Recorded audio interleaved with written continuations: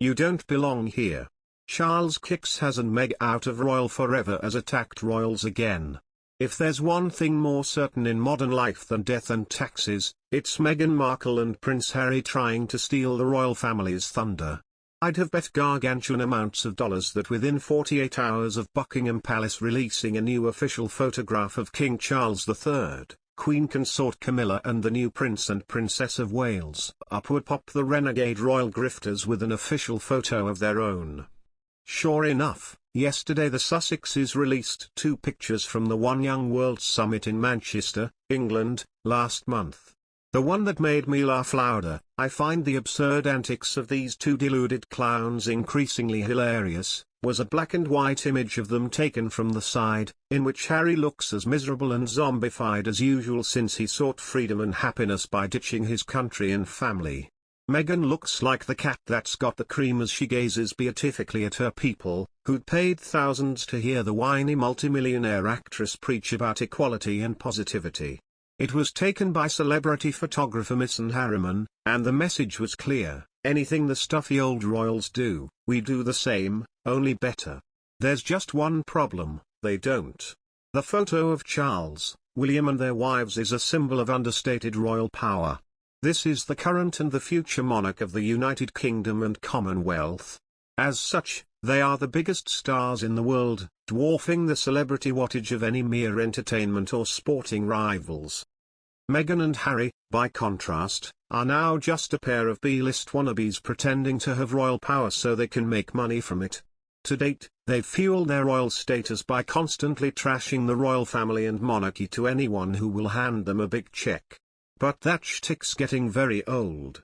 How many more times can they wail in public about how awful their families are before we all just stop listening? And more to the point, how many more times is King Charles going to let them? It's no secret that Charles wants to slim down the main royal family to a top tier of him, Camilla, William and Kate and their children, followed by a second tier of his youngest brother, Prince Edward, wife Sophie, Countess of Wessex, and his sister, Princess Anne. They would represent the monarchy by conducting formal royal duties. And there are 2 things coming up fast that could be the tipping point for the king to cast them aside. The first is Harry's much-hyped tell-all book, which will doubtless contain endless news sniping about how badly he and his wife have been treated at the hands of what they want us to believe, without providing any actual evidence, are the ghastly, callous, racist trials. The second is their upcoming Netflix documentary series, supposedly about their wonderfully inspiring love story, Pass the Vomit Bucket, which will doubtless do the same. Because let's be frank, if they're not spilling secrets about their family, who cares what they have to say about anything?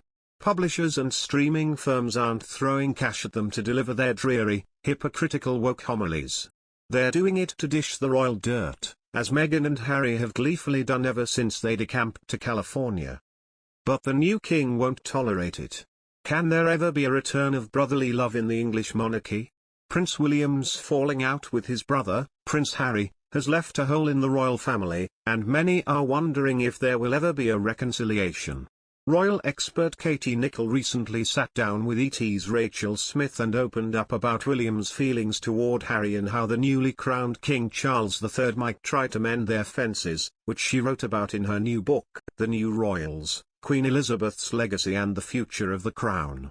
Everyone wants to see a repair in the rift because it doesn't do anyone any good to have this rift in the heart of the House of Windsor, Nicholl shared.